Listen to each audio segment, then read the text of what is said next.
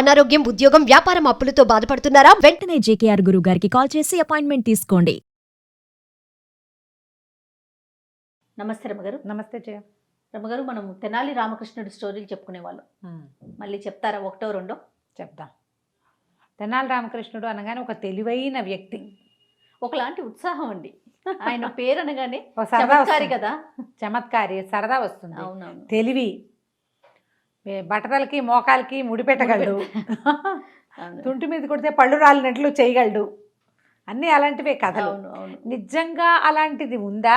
మన కావ్యాల్లోనే అలాంటిది కనపడుతుందా? తెలియదు. మనకు తెలీదు. ఆయన అన్ని విషయాల్లోనూ అలాగే ఉంటాడు. ఆయన క్యాజువల్ విషయాలు కూడా భలే సూపర్గా ఉన్నట్టు ఉంటాయి. అవును. ఆయన ఒక బ్రాహ్మణ అగ్రహారం కొసలో ఉండేవాడు తెనాలి రామకృష్ణుడు.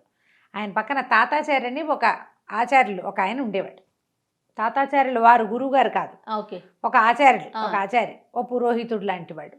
ఆస్తి స్వస్తి బాగా ఉన్నాయి ఆయనకి. ఆహా. రాయలవారు ఇచ్చినవి ఉన్నాయి, ముందు నుంచి వచ్చేవి. ఇప్పుడు ఆయన చేస్తే పని వల్ల డబ్బులు గిబ్బులు ఉన్నాయి.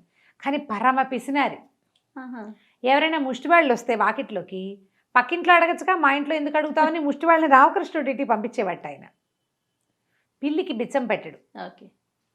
ఎప్పుడూ పక్క వాళ్ళు ఏం మాట్లాడుకుంటున్నారో వింటూ ఉంటాడు. అదొక ధోరణి అనమాట. ఈయనకి విసుగ్గా ఉండేది. ఏమిటిది, మనం అందరం ఇంచుమించుగా ఒకే రకపు డబ్బు కలిగిన వాళ్ళమే, వాళ్ళు ఎక్కువ కాదు తక్కువ కాదు. అదే ఓ 10 పైసలు వాడు మా ఇంట్లో తీసుకో, వాళ్ళ ఇంట్లో కూడా తీసుకో అనాలి. అంతేగాని నేను ఇవ్వను వాళ్ళ ఇంట్లో తీసుకోమంటామేమిటి? పైగా ఎవరైనా చుట్టాలు వస్తే భోజనం అయిపోయిందని, బయటికి వెళ్తున్నానని అట్లా కూడా చేసేవాడు. అతిథి అభ్యాగతులు ఆ కాలంలో ఏముంది, ఆ ఊళ్ళోకి వచ్చిన బ్రాహ్మలు ఎవరో ఒకళ్ళు, పరాయి ఊళ్ళ నుంచి వచ్చిన వాళ్ళు బ్రాహ్మణులలోనే భోజనం చేయాలని ఒక నియమం ఉండేది. ఇది తప్పనుకోవద్దు. అది ఆ కాలంలో, ఆ కాలం అట్లా చేసేవాడు. బ్రాహ్మణాగ్రహారం ఎక్కడుందో చూసుకుని, అయ్యా ఈ పూటకి భోజనం కుదురుతుందా అంటే కుదురుతుందని ఎవరైనా అతిథి అభ్యాగతులు పై ఊళ్ళ నుంచి వచ్చిన వాళ్ళకి భోజనం పెట్టేసేవాళ్ళు. ఎవరైనా వెళ్ళేవాళ్ళండి? ఓన్లీ బ్రాహ్మణులలో వెళ్ళేవాళ్ళు, మామూలు వాళ్ళు కూడా బ్రాహ్మణులకి వెళ్ళేవాళ్ళు.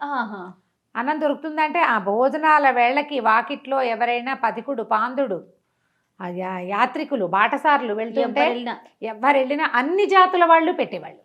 ఇందులో ఒట్టి బ్రాహ్మలే పెట్టేవాళ్ళని చెప్పట్లా నేను. అదేలేండి. బ్రాహ్మణింటికే కాదు, లేరనుకో, ఏ గొల్లపల్లెల్లోకే వెళ్ళారు అనుకుందాము, అక్కడ వెళ్తే నాయన ఈ పూటకు భోజనం అంటే వీళ్ళు ఏం చేసేవాళ్ళు, అయ్యగారు బియ్యం పప్పు ఇస్తాం మీరు వండుకు తినండి అని ఇచ్చేవాళ్ళు.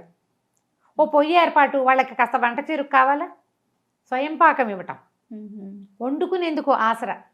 గొడ్ల సావిళ్ళు అవి ఉంటాయా, ఈ గొడ్లు కట్టేసే చోట పశువుల శాల, దానికి ఒక పెడగా ఒక ప్రాంతాన్ని వదిలిపెట్టేసేవాళ్ళు. ఇట్లా ఈ పధికులు ఎవరైనా వంట చేసుకుని తింటారని. అయ్యగారు వంట చేసుకుంటున్నారని అటువైపు తలకాయ తిప్పకుండా, కొంతమంది అయితే ఇంకొంతమంది, కొన్ని నాకు తెలిసి 170 ఏళ్ల క్రితం కూడా ఇది జరిగేది.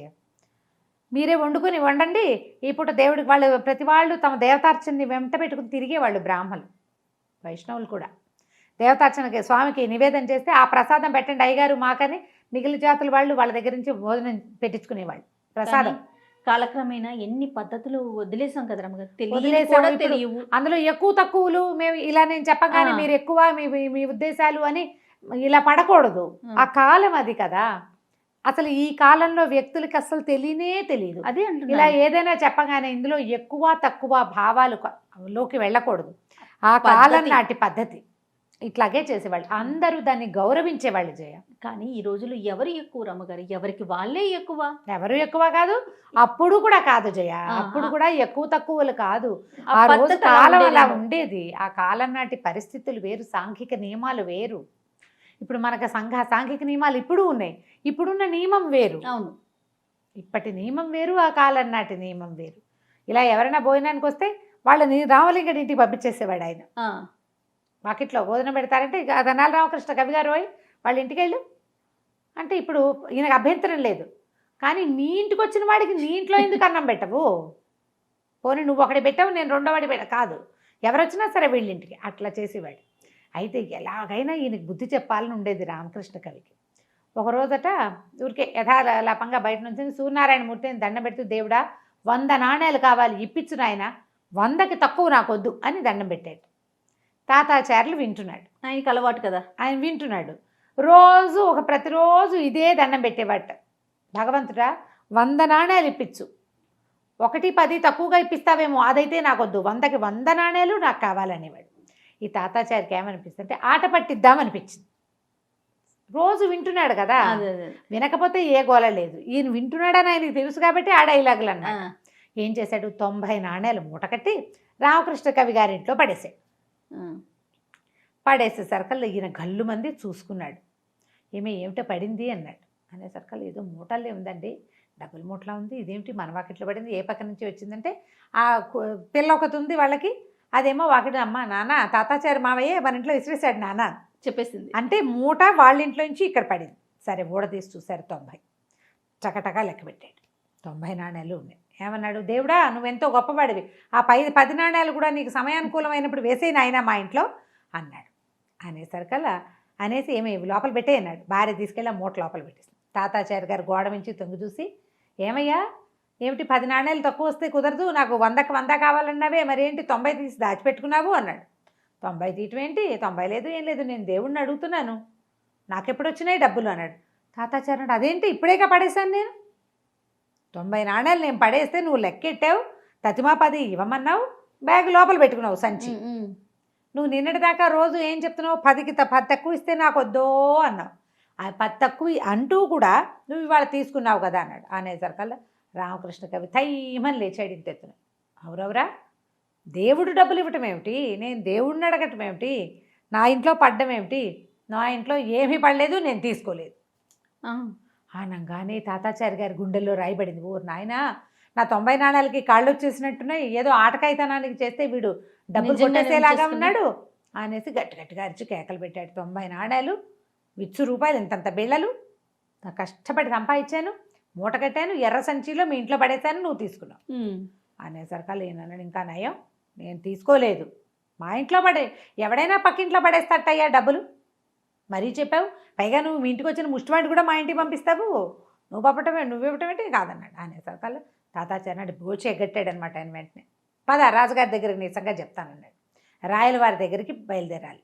అనేసరికల్లా రామకృష్ణ కవి అన్నాడు, ఇంకా నయం మా గుర్రానికి కాలు విరిగింది నిన్న, నేను నా గుర్రం లేదు, పైగా ఈ మధ్య నేను సభకెళ్ళటం మానేశాను, మంచి పంచెలు ఏమీ లేవని, పంచెలు లేవని మానేశాను, పంచెలు లేవు గుర్రం లేదు, నేను రానన్నాడు. అనేసరికల్లా తాతాచారి గారి భయం వేసింది. ఇవాళ కనుక వదిలేశానా, వేడిలో వేడి ఈ పూట వెళ్తే ఏదైనా అవుతుంది, రేపటి కాదు వాళ్ళ ఇంట్లో సోదా చేయడానికి కూడా ఆ సంచిలు ఇవ్వలేదనుకో, అప్పుడు ఏం చేస్తాను, వీడి ఇంట్లోకి వెళ్ళనీయకూడదు, ఎలాగైనా తీసుకెళ్ళిపోవాలి అని ఆలోచించుకుని మన దగ్గర గుర్రం ఉంది, పంచెలకేముంది మన పెట్టి నిండా లేవు, గబగబా లోపలికి వెళ్ళి ఒక కొత్త పంచె తీసుకొచ్చాడు, ఈ పంచె కట్టుకో, నా గుర్రం మీద ఎక్కువ, మన ఇద్దరం కలిసి వెళ్దామన్నాడు. సరే ఇదేం చేశాడు, ఒంటి మీద ఉన్న అంగాస్త్రం ఈ పక్కన పడేశాడు, చక్కా పంచె కట్టుకున్నాడు. ఈయన దగ్గర ఉన్నటువంటి చక్కటి గుర్రాన్ని ఎక్కి ఇద్దరు ఒకళ్ళ వెనకాల ఒకళ్ళు ఎక్కి కూర్చుని రాయలవారి ఆస్థానానికి పోయారు. తాతాచారి గారు అంపకంపాలతోటి అరుచుకుంటూ ఈయన రోజు ప్రార్థించేవాడండి. 100కి 10కి తక్కువగా ఇస్తే కుదరదనేవాడు, 10కి తక్కువ ఇస్తే ఏం చేస్తాడో చూద్దామని నేను పడేశాను, 90 తీసుకున్నాడు, లెక్కెట్టాడు, తతిమా 10 ఇవ్వమన్నాడు, తీరా నేను మాట్లాడేసరికల్లా సంచి దాచేశాడు, నా 90 నాకు ఇప్పించండి అన్నాడు. అనేసరికల్లా రామకృష్ణ కవి అన్నాడు, ప్రభు ఈయన మరీ విడ్డూరం అండి, ఇప్పుడు మా ఇంట్లో 90 నాణేలు కావాలంటే వీళ్ళ ఇంట్లో సోదా చేయండి 90 నాణేలు దొరుకుతాయి అంటాడు, మా ఇంట్లో ఉండవు 90 నాణేలు. అదే కదా, ఇప్పుడు ఈయన రాయలవారి ఆస్థానంలో చిన్న కొలువు చేసుకుని ఏదో ఉద్యోగం చేసుకుని వాళ్ళ తాత తండ్రులు సంపాదిస్తే నేను మాత్రం చేయట్లా ఉద్యోగం, నేను చేస్తున్నా, నాకు ఉంటాయి డబ్బులు, నా డబ్బులు లేకపోలేదు కదా, అసలు ఈయన వరుస చూస్తుంటేనండి నేను ఎక్కొచ్చిన గుర్రము తందే, నేను కట్టుకున్న పంచా కూడా తందేనన్నాడు, అనేలాగా ఉన్నాడండి అన్నాడు. అనేసరికల్లా తాతాచారి గారు తెల్లబోయాడు, అయ్యోయ్యో ప్రభు ఆ గుర్రం నాదే, ఈ పంచ కూడా నాదేనండి అన్నాడు.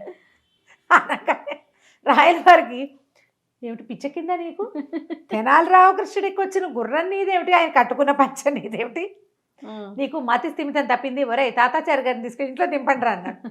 ఆయన లబో దిబోం అంటున్నాడు, ఈయన మాత్రం తను కట్టుకున్న పంచ తన ఒంటి మీదే ఉంచుకొని తను ఎక్కొచ్చిన గుర్రాన్ని ఎక్కి తాపీగా వెళ్ళిపోయాడు గుర్రం ఎక్కి ఇంటికి.